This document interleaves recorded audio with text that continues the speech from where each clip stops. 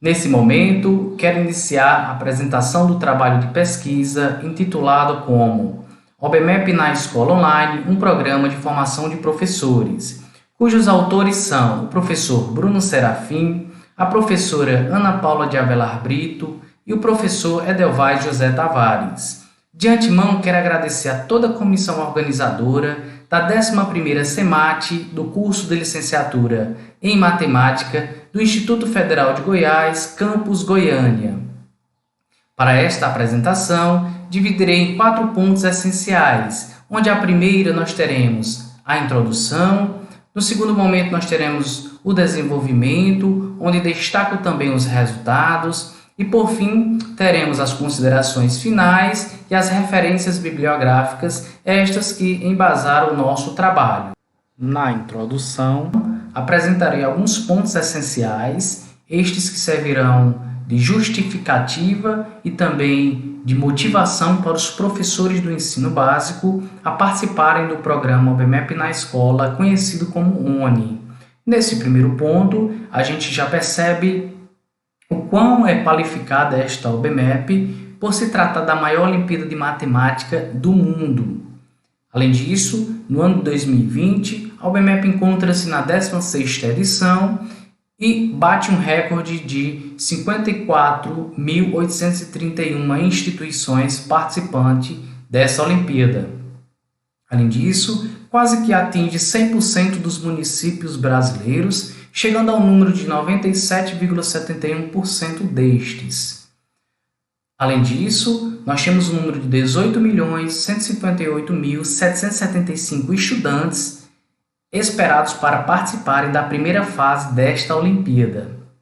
Desta forma, quanto às escolas públicas, nós temos um número de 49.002 escolas públicas participantes desta edição, chegando ao número de 5.829 instituições privadas, pois a OBMEP abre as portas para estas instituições a partir do ano de 2017.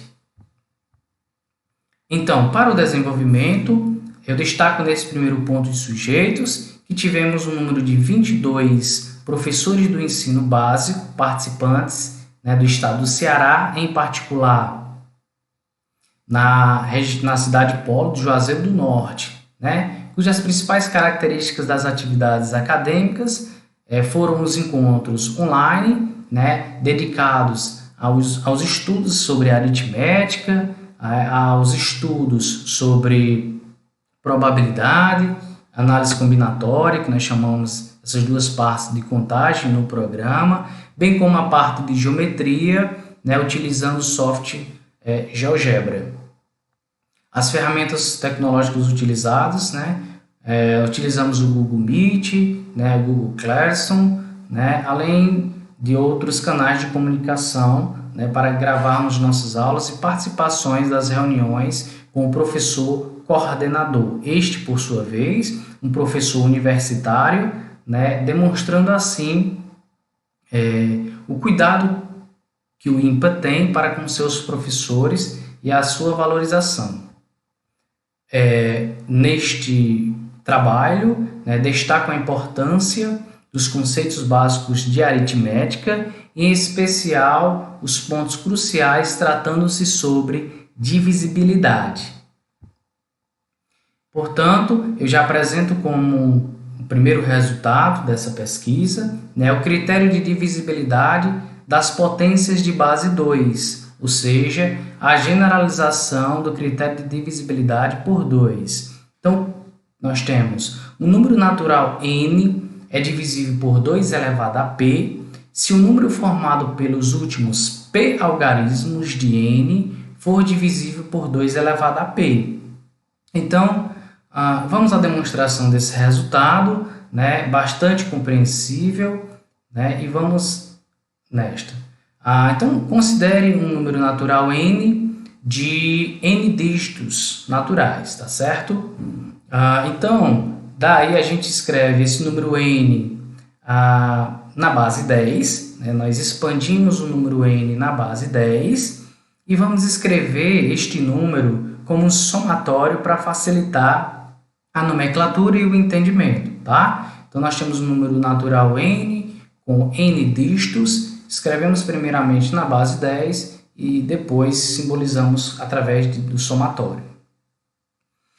Pois bem, então, de 1 a n, nós temos o número p, onde nós iremos separar a soma em duas partes, onde a primeira vai de 1 até p e depois do sucessor de p até n, tá? Para que possamos chegar na demonstração. Pois bem, expandindo esse somatório e reescrevendo este número através dos seus dígitos, tá? Nós temos essas duas parcelas, onde a segunda facilmente nós conseguimos mostrar que ela é um múltiplo de 2 elevado a p. Desta forma, a gente conclui o resultado, pois a segunda parcela já é um múltiplo de 2 elevado a p. Portanto, se a primeira, esse número de p dígitos, no caso os últimos p dígitos de n, for um múltiplo de 2 elevado a p, a gente garante que n também será um múltiplo de 2 elevado a p. Então n é divisível por 2 elevado a p, se os últimos dígitos de n, os últimos p dígitos de n, for divisível por 2 elevado a p. Então, esta foi a demonstração do nosso primeiro resultado. O critério de divisibilidade por 13, este bastante especial, não muito estudado, no ensino básico, Então, a gente traz como resultado bastante expressivo, a justificativa de quando o número de 6 dígitos é divisível por 13. Por que 6 dígitos? Porque através desse resultado a gente amplia para um número de quaisquer quantidade de dígitos. Acompanhe comigo. Então, primeiramente, nós temos algumas potências de base 10. Eu não coloquei o 10, mas o 10 pode ser escrito como 13 menos 3. Tá? 10 elevado ao quadrado pode ser escrito como 13a menos 4 e assim sucessivamente para as demais. Um resultado fácil e compreensível. Portanto, seja n o número considerado, um número de 6 dígitos, novamente eu escrevo n como potências de base 10, tá? E basta substituir cada um dos resultados. 10 elevado à quinta pelo seu resultado, 10 à quarta pelo seu resultado e assim sucessivamente. Tá? Colocando as parcelas, organizando como múltiplo de 13 e a última parcela restante, tá? Nós temos que o n ele é um múltiplo de 13 se a soma desses algarismos, dessas parcelas, também for um múltiplo de 13. Tá? Note que nessa soma nós temos a utilidade de todos os dígitos acompanhado de um coeficiente que será crucial para o entendimento desse critério. Então, aqui eu concluo o resultado, tá? n e 4 a 5, 3 a 4 menos a 3 menos 4 a 2 menos 3 a 3 mais a 0, deixa o mesmo resto. Tá? Traduzindo, n será divisível por 13 se essa soma 4 a 5 mais 3 a 4 menos a 3 menos 4 a 2 menos 3 a 3 mais a 0 também for divisível por 13. Tá? Então, é muito importante esse estudo sobre os restos, pois é através deste estudo que podemos criar e expandir critérios de divisibilidade. Tá? Então, aqui para resumir e melhorar o entendimento, nota que do A0, algarismo das unidades, do A1 das dezenas, centena, unidade de milhar, dezena de milhar, unidade de milhão e assim por diante, nós temos uma periodicidade. Por isso que nós demonstramos o critério de divisibilidade para um número de 6 dígitos, para que com isso possamos expandir para um número de quaisquer quantidade de dígitos. Nota que a partir do A7, tá? A partir do A7, nós temos, a partir do A6, nós temos uma periodicidade, ou seja, ele retorna ao coeficiente do A0. Tá? No A7, ele retorna ao coeficiente do A1, das dezenas, nesse caso. Do A8, ele retorna do A2. Do A9, ele retorna do A3, e assim por diante. Portanto, para testarmos o critério de divisibilidade por 13, basta que nós memorizamos, né, essa ideia para os 6 primeiros dígitos, ou seja, do A0 até o A5. E assim, se tiver, digamos, 8 dígitos, então a gente utilizaria esse coeficiente e esse outro coeficiente, e assim por diante. Então, é sempre memorizar esta ideia da periodicidade dos 6 primeiros dígitos, tá certo? Então, vamos lá a um exemplo.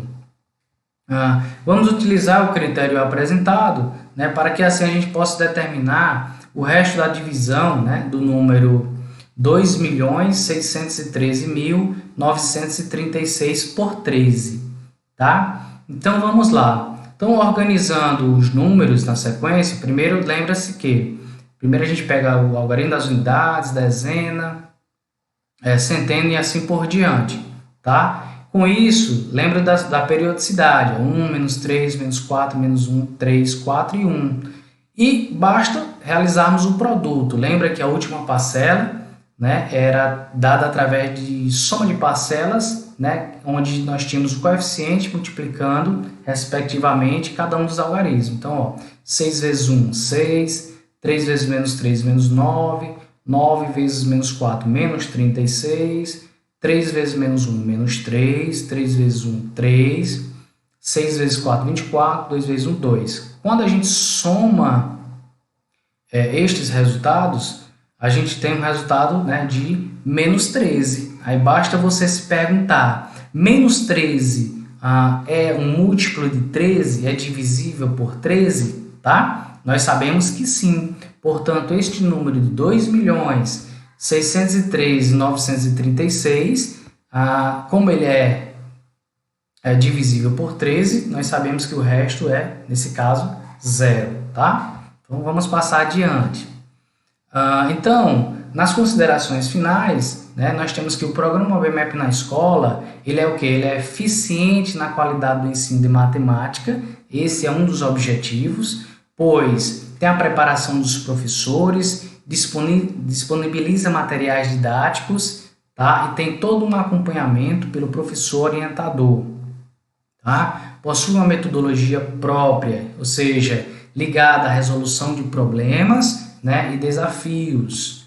Tá? Produz e disponibiliza materiais impressos, como dito anteriormente, né, é chegada a cada um dos PEBs. Além disso, prepara os alunos das escolas públicas para o OBMAP. Tá? Então, o programa OBMAP na escola tem uma ligação direta com a OBMAP. Né? Nós temos essa ideia de preparar os alunos tanto para a primeira fase quanto para a segunda fase. Tá? Lembrando que passa por uma formação presencial dos professores, mas mediante a pandemia da Covid-19, esta formação deu-se através da modalidade à distância. Então, nós vimos que o INPA teve a preocupação de preparar seus PEBs, né, para o desenvolvimento desse projeto. Tá? Além disso, ele é responsável pela formação dos professores. Então, nós temos todo um cronograma, todo um aparato, né, que além dos momentos semanais com os alunos, nós temos um momento mensal com o professor orientador, né, para discutir as formas e metodologia de ensino, para fazer com que os alunos consigam compreender de melhor forma. Nós temos troca de experiências desenvolvidas semanalmente pelos PEBs e assim por diante. Tá? E além disso, nós temos a valorização dos professores através dessa formação, e também pelo pagamento de bolsas de estudo, onde este ano contamos com a ajuda, né, do Itaú Social. Tá? Aqui são as referências bibliográficas, né, que embasaram este trabalho. Então, agradeço mais uma vez a toda a comissão organizadora da 11ª SEMAT do curso de Licenciatura em Matemática do Instituto Federal de Goiás, Campus Goiânia,